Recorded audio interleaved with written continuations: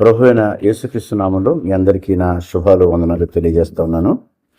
ఈ మట్టల ఆదివారానికి సంబంధించి ఒక వర్తమానం మీ ముందు తేవడానికి ఇష్టపడుతూ ఉన్నాను. నేను ఈ మట్టల ఆదివారం యొక్క సంఘటనలన్నీ విశ్లేషిస్తే ఇందులో ఒక 3 రకాల విధేయత నాకు కనబడడం జరిగింది.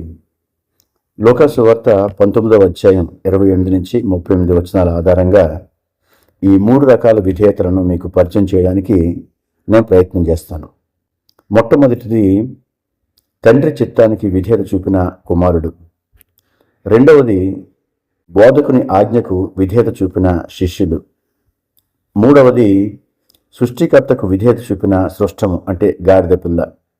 మనం ఈ లూకా సువార్త 19వ అధ్యాయం కథ అంతా మనం చదివితే యేసు ప్రభువారు యెరూషలేములోనికి జయప్రవేశం చేస్తూ ఆయన శిష్యులను ఎదురుగా ఉన్న గ్రామంలోనికి వెళ్ళి ఒక కట్టబడి ఉన్న గాడిద పిల్ల కనబడతాయి, వాటిని విడిపించి తీసుకుని రండి.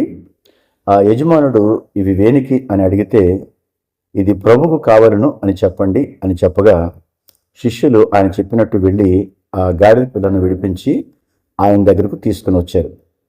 ఆ తీసుకుని వచ్చిన గాడిద పిల్లను గురించి ఆయన చెప్పిన మాట ఏంటంటే, ఇదివరకు ఎవరు దాని మీద కూర్చుని ఉండలేదు అన్నారు. అటువంటి గాడిద పిల్లను యేసు ప్రభు దగ్గరికి తీసుకురావడం జరిగింది. తీసుకువచ్చినప్పుడు ఆయన ఆ గాడిద మీద కూర్చున్నప్పుడు జనులందరూ వస్త్రాలు కొంతమంది ఆ గాడిద పిల్ల మీద వేశారు, ఆయన కూర్చున్నాడు.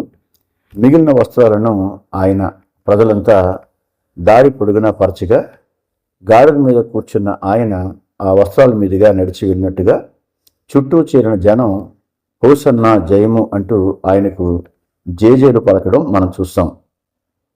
ఇక్కడ మనం చూస్తే ఇది ఒక ఆర్భాటంగా యేసు ప్రభు వారికి జరుగుతున్న మర్యాదగా ఆయన్ని గొప్ప చేస్తున్నట్టుగా ఆయన్ని ఊరేగిస్తున్నట్టుగా కనబడుతోంది. కానీ ఆ పిదప ఏమి జరుగుతూ ఉంది అనేది యేసు ప్రభు వారికి తెలుసు. అందుకనే ఈ వర్తమానంలోని మొదటి భాగం ఏంటంటే తండ్రి చిత్తానికి విధేయత చూపిన కుమారుడు. యేసు యొక్క యెరూషలేము ప్రవేశం కేవలం ఉత్సవం కాదు, అది ఒక మరణ శాసనం అని ఆయనకు ముందే తెలుసు. అయినప్పటికీ ఆయన వెనకడుగు వేయలేదు. దాదాపు 500 ఏళ్ల క్రితమే జకర్యా ప్రవక్త ద్వారా దేవుడు పలికించిన మాటలు ఇక్కడ నెరవేరాయి. సియోను నివాసులారా బహుగా సంతోషించుడి, నీ రాజు నీతిపరుడును రక్షణ గలవాడును దీనుడునై గాడిద పిల్లను ఎక్కి నీ వద్దకు వచ్చుచున్నాడు అని. ఇది తెలిసి వెళ్ళిన ప్రయాణం. యేసు యెరూషలేము వెళ్ళడం అంటే తన శత్రువుల కోటలోనికి నేరుగా వెళ్ళడమే. అక్కడికి ఆయన లభించేది కిరీటం కాదు, ముళ్ళ కిరీటం అని ఆయన తెలుసు. అందుకని గెత్సెమనే తోటలో ఆయన చేసిన ప్రార్థన ఏంటంటే, నా చిత్తము కాదు నీ చిత్తమే సిద్ధించునుగాక అనే మాట ఆయన విధేయతకు పరాకాష్ట. యేసు ప్రభు వారు ఎందుకు ఈ ప్రార్థన చేశారు అని అంటే, యేసు ప్రభు వారికి శిలువ మరణం పొందడం అయిష్టమేమీ కాదు, కానీ మనుషులందరి పాపం ఆయనలో వేయబడినప్పుడు, ఆయన పాపముగా చేయబడినప్పుడు సృష్టి ఆరంభానికి ముందు నుంచే తన తండ్రితో ఉన్న సంబంధం తెగిపోతుందని, నా దేవా నా చేయి ఏల విడిచితివి అనే కేక వేయాలనే పరిస్థితి, ఆ సహవాసపు ఎడబాటు కొద్ది క్షణాలు కూడా తట్టుకోలేక ఈ పాత్ర తొలగించు అన్నాడు. అయినా నీ చిత్తమే జరుగునుగాక అంటూ ప్రార్థన చేయడం మనం చూస్తాం. విధేయత అంటే నచ్చినప్పుడు లోబడ్డం కాదు, మనకు నష్టం కలిగిన ప్రాణాపాయం కలుగుతుంది తెలిసిన దేవుని మాటకు కట్టుబడి ఉండడమే విధేయత. అందుకనే ఫిలిప్పీ రాసిన పత్రికలో అపోస్తలుడైన పౌలు అంటాడు 2వ అధ్యాయం 8వ వచనంలో, ఆయన మరణం పొందినంతగా అనగా శిలువ మరణం పొందినంతగా విధేయత చూపిన వాడై తనను తాను తగ్గించుకొనెను అని. యేసుక్రీస్తు చూపిన ఆ విధేయతను మన దైనందిన జీవితంలో అన్వయించుకోవడం అంటే మన సొంత ఇష్టాల కంటే దేవుని చిత్తానికి ప్రథమ స్థానం ఇవ్వడమే. దీనిని మనం ఈ క్రింద 5 ప్రాముఖ్యమైన అంశాల ద్వారా మన జీవితాల్లో అమలు చేయవచ్చు. 1, నా చిత్తం కాదు నీ చిత్తమే అని ప్రార్థన చేయడం. యేసు గెత్సెమనే తోటలో చేసిన ప్రార్థన మనకు ఒక మాదిరి.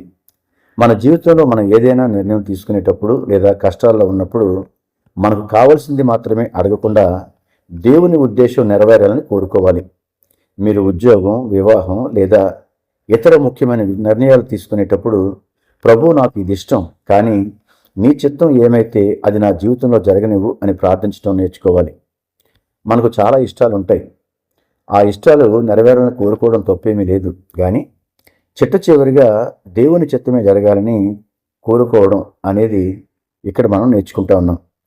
రెండవ విధేయత ఏంటంటే కష్ట సమయాల్లో కూడా వెనకడుగు వేయకపోవడం. యేసు తనకు అవమానం, వేదన ఎదురవుతుందని తెలిసిన యెరూషలేము వైపు తన ముఖాన్ని దృఢంగా ఉంచుకున్నాడు.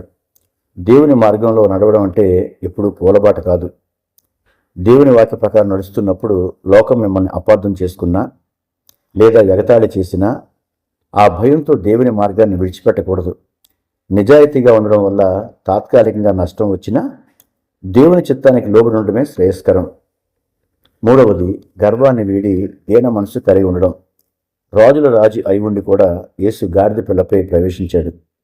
విధేయత అనేది దీనత్వం నుంచి పుడుతుంది.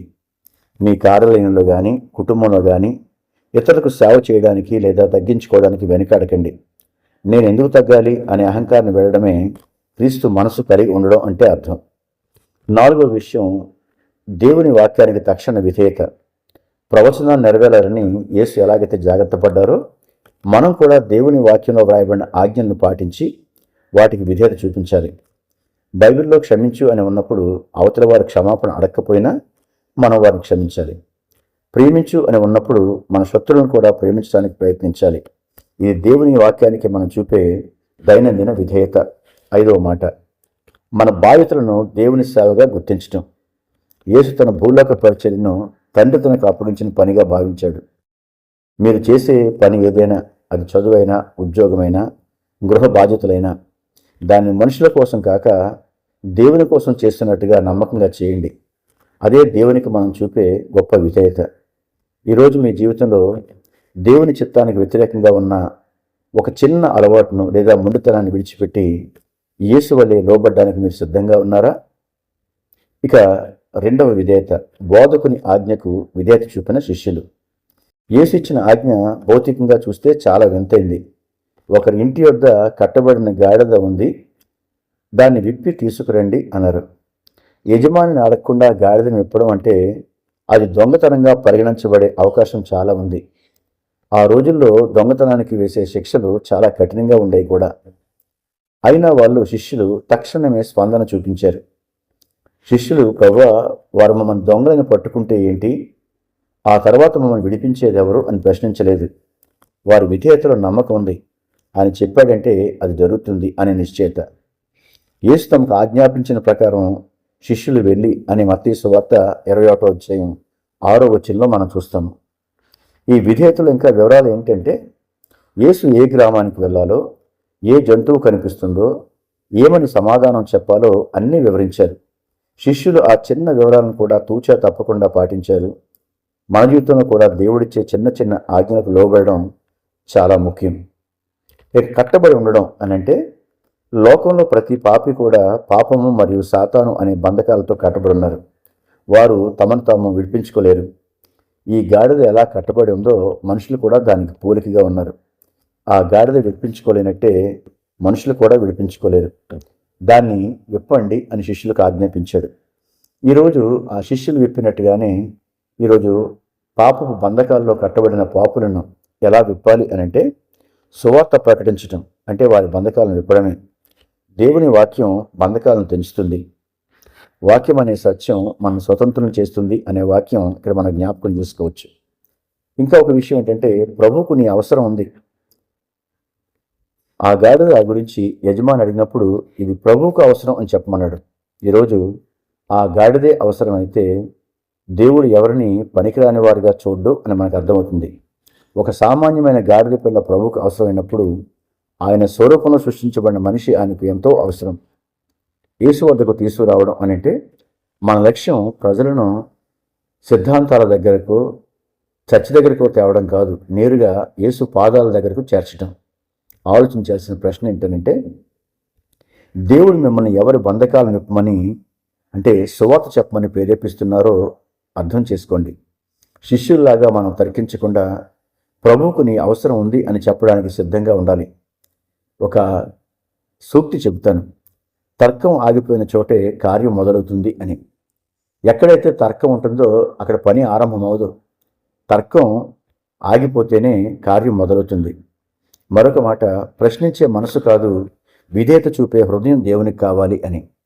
ప్రశ్నించేవారు దేవుని పని చేయలేరు, విధేయత చూపేవారు మాత్రమే దేవుని పని చేస్తారు. అలా మనం ఉండాలి. ఒక చిన్న కథ చెప్తాను మీకు. ఒక దేశపు రాజు తన ఇద్దరు మంత్రులను పిలిచి ఒక వింతైన ఆజ్ఞ ఇచ్చాడు. మీరు పక్కనే ఉన్న అడవిలోకి వెళ్ళండి, అక్కడ ఒక ఎండిపోయిన చెట్టు ఉంది, ఆ చెట్టుకు ఒక పాత ఇనుప గొలుసు కట్టి ఉంది, దాన్ని విప్పి తీసుకురండి అన్నాడు. మొదటి మంత్రి ఆలోచించాడు, ఆ ఎండిపోయిన చెట్టు దగ్గర ఎందుకు వెళ్ళాలి? ఆ పాత గొలుసు వల్ల రాజుగారికి ఏం ఉపయోగం? బహుశా రాజుగారు మర్చిపోతారులే అని వెళ్లకుండా ఉండిపోయాడు. ఆయన తన తర్కాన్ని నమ్ముకున్నాడు.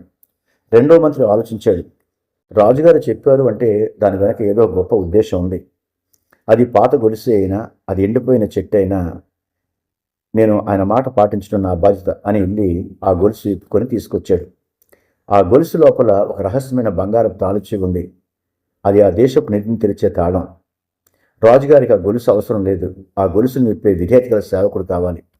ఈరోజు దేవునికి కూడా ఏమిటి, శిష్యులాగే ఆలోచించాలి. గాడిద పిల్ల ఆయనకి ఏం ఉపయోగం అని వారు ఆలోచించలేదు, తర్కించడం లేదు. కానీ వారు లోబడినప్పుడు ఆ గాడిద పిల్ల మీద కూర్చుని యేసు రాజుల రాజుగా యెరూషలేములో ప్రవేశించారు. మనం కూడా దేవుని ఆజ్ఞలు వింతగా అనిపించినా లోబడినప్పుడు మన ద్వారా దేవుడు అద్భుతాలు చేస్తాడు. సువార్త భారము మరియు విధేయతకు సంబంధించి మనం చక్కగా ఆలోచించడం నేర్చుకోవాలి. మూడవ మాట మీకు చెబుతాను. సువార్త సృష్టికర్తకు విధేయత చూపిన సృష్టము అంటే సృష్టించబడింది గాడిద పిల్ల. ప్రకృతిలో గాడిదలు వాటి మొండితనానికి ప్రసిద్ధి. ముఖ్యంగా ఎన్నడూ ఎవరూ ఎక్కని గాడిద పిల్లపై ఎవరన్నా కూర్చుంటే అది సహజంగానే తిరుగుబాటు చేస్తుంది, ఎగురుతుంది లేదా కింద పడడానికి ప్రయత్నిస్తుంది. లూకాసు వార్త 19:30 చెప్పినట్టుగా ఆ పిల్ల మీద ఏ మనుషులను ఎప్పుడునూ కూర్చుండలేదు అని ఉంది. అయినప్పటికీ సృష్టికర్త అయిన యేసు దాని మీద కూర్చున్నప్పుడు అది ఒక శిక్షణ పొందిన జంతువులా ప్రశాంతంగా ఉండిపోయింది. ఇది ఆ జంతువు తన యజమాన్ని గుర్తించిందని తెలియజేస్తోంది. మనం ప్రకృతిలో చాలా సాక్ష్యాలు చూస్తాం. కేవలం ఈ గాడిద పిల్ల మాత్రమే కాదు, ప్రకృతి అంతా ఆయనకు లోబడినట్టుగా మనం చూస్తాం. గాలిని, సముద్రాన్ని ఆయన గద్దించినప్పుడు అవి నెమ్మలించాయి. నీటిని ద్రాక్షారసంగా మార్చబడినప్పుడు ఆ పదార్థం లోబడింది. చేపలు ఆయన ఆజ్ఞకు లోబడి పేతురు వల్లకొచ్చి పడ్డాయి. ముఖ్యమైన హెచ్చరిక ఏంటంటే, మనం అనుకుంటున్నట్టుగా ఇది ఒక మానవ జాతికి గొప్ప హెచ్చరిక. తెలివితేటలు లేని ఒక మూగ జంతువు తను సృష్టించిన వారిని మోయడానికి సిద్ధపడింది. కానీ దేవుని స్వరూపంలో సృష్టించబడి ఆలోచన శక్తి ఉన్న మనిషి మాత్రం దేవుని చిత్తాన్ని చేయడానికి లేదా ఆయన్ని మోయడానికి లేదా ఆయనకు లోబడ్డానికి నిరాకరిస్తూ ఉన్నాడు.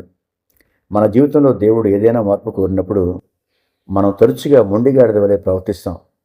కానీ దేవుని ప్రణాళిక కంటే మన సొంత ఆలోచనకే ప్రాధాన్యత ఇస్తాం. ఇక్కడ మనం జాగ్రత్త తీసుకోవాలి.